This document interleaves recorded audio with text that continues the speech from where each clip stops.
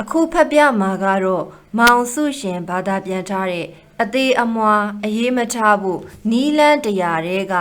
အပိုင်း9နဲ့6ကိုဖတ်ပြမှာဖြစ်ပါတယ်။အပိုင်း9အကျဉ်းနာစိတ်ထားပွားများပါစေ။ဘဝအမြင်ကိုအကျိုးသင့်အကြောင်းသင့်မှန်ကန်စေရန်မှာသူတစ်ပါးအပေါ်အကျဉ်းနာထားခြင်းထက်အခြားကူညီဆောင်ရွက်နိုင်သောအကြောင်းမရှိအကျဉ်းနာစိတ်သည်စာနာစိတ်မှဖြစ်ပေါ်သည်သူနေရာကိုဝင်၍နေကြည့်တတ်သောသဘောပါဝင်သည်ကိုယ်အမြင်ကိုဘေးဖယ်၍အခြားသူတို့ဦး၏အခက်ခဲဘက်မှစဉ်းစားကြည့်ခြင်းဖြစ်သည်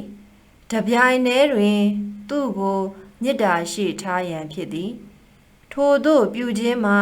အခြားသူတို့၏ခံစားချက်များပြဿနာများကတိကအောင်ဖြစ်မှုများသည်ကိုနှင့်ထပ်တူ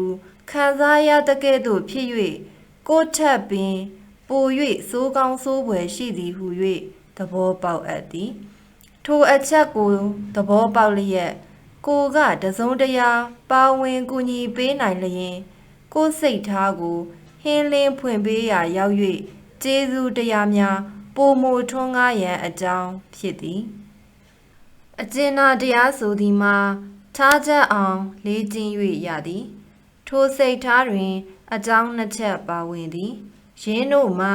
ကြံရွယ်ချက်နှင့်လက်တွေ့လှုပ်ဆောင်မှုတို့ပင်ဖြစ်သည်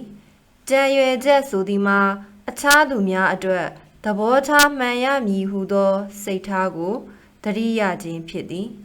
ထိုသို့ပြုရာတွင်ကိုကတစ်ဖက်လူမည်သူကိုညီတို့ပြုလုပ်သည်ဟုသောအချက်မှာအရေးကြီးသည်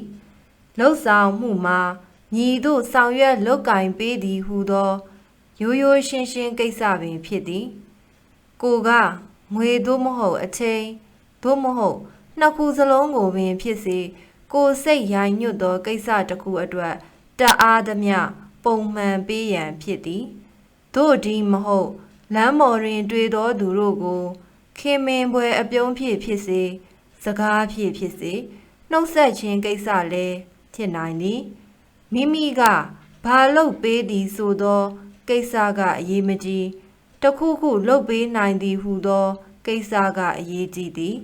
မာတာတီရဆာခေါ်လူမှုဝန်ထမ်းသီလရှင်ကြီးကယခုလိုပြောခဲ့သည်ဤကဘာမြေပေါ်တွင်ကျမတို့ကြီးကြီးကျယ်ကျယ်အလုပ်တွေကိုမလုပ်နိုင်ပါကျမတို့လုပ်နိုင်ဒီမှာတေးသေးငယ်ငယ်ကိစ္စကလေးများကိုကြီးမားသောမေတ္တာဖြင့်ဆောင်ရွက်နိုင်ကြပါသည်ဟူ၍ဖြစ်သည်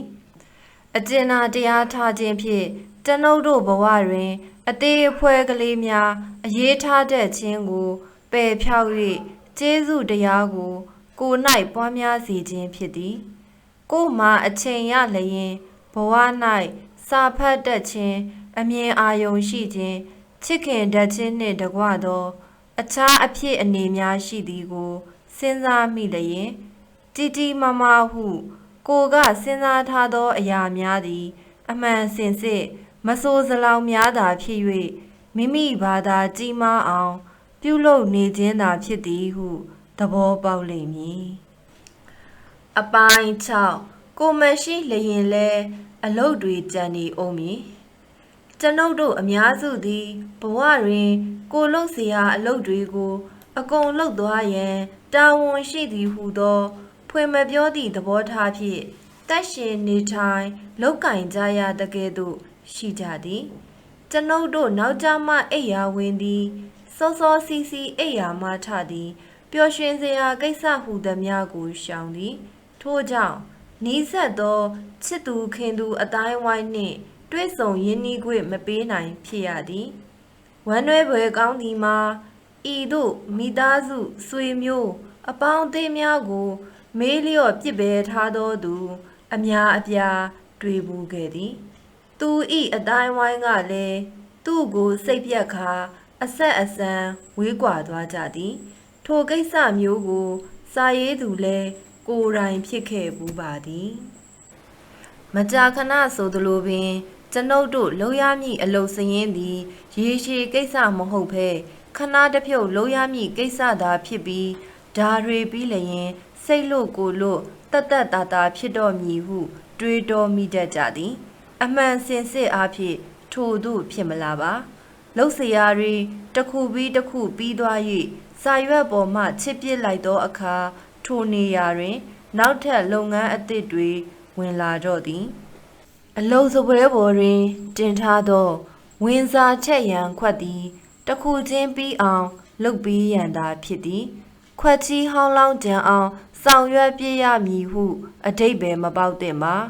တယ်လီဖုန်းဖြင့်ဆက်သွယ်ပြောကြားရမည်အလုံးမျိုးဆိုလျင်ဆက်သွယ်စရာအလုပ်တွေပြက်စရာအကြောင်းမရှိရှေ့ဆက်ပြီးလဲဆက်ကြရအောင်မည်စီမံချက်တွေကိုအကောင်ထဲပေါ်ရန်တတိတန်းကြီးရှိသေးသည်ထို့အတူလှုပ်ရှားအလုပ်တွေကြံနေအောင်မည်ဆွေးနွေးစရာရှိနိုင်သည်မှာဝင်စာခွက်ထွဲတွင်အလုပ်တွေပြည့်နေပါမှဘဝအောင်မြင်ရေးမဟုတ်လောဟုဖြစ်သည်သို့သောထိုကိစ္စများအတွက်ကိုယ်အချိန်တွေပေးရလိမ့်မည်တင်မာလုပ်သည်ဘလို့လူစားမျိုးဖြစ်သည်မှာအရေးမကြီးပါအရေးကြီးသည်မှာကိုယ်စိတ်အေးချမ်းသာမှုနှင့်အတူကိုယ်ချစ်ခင်သူ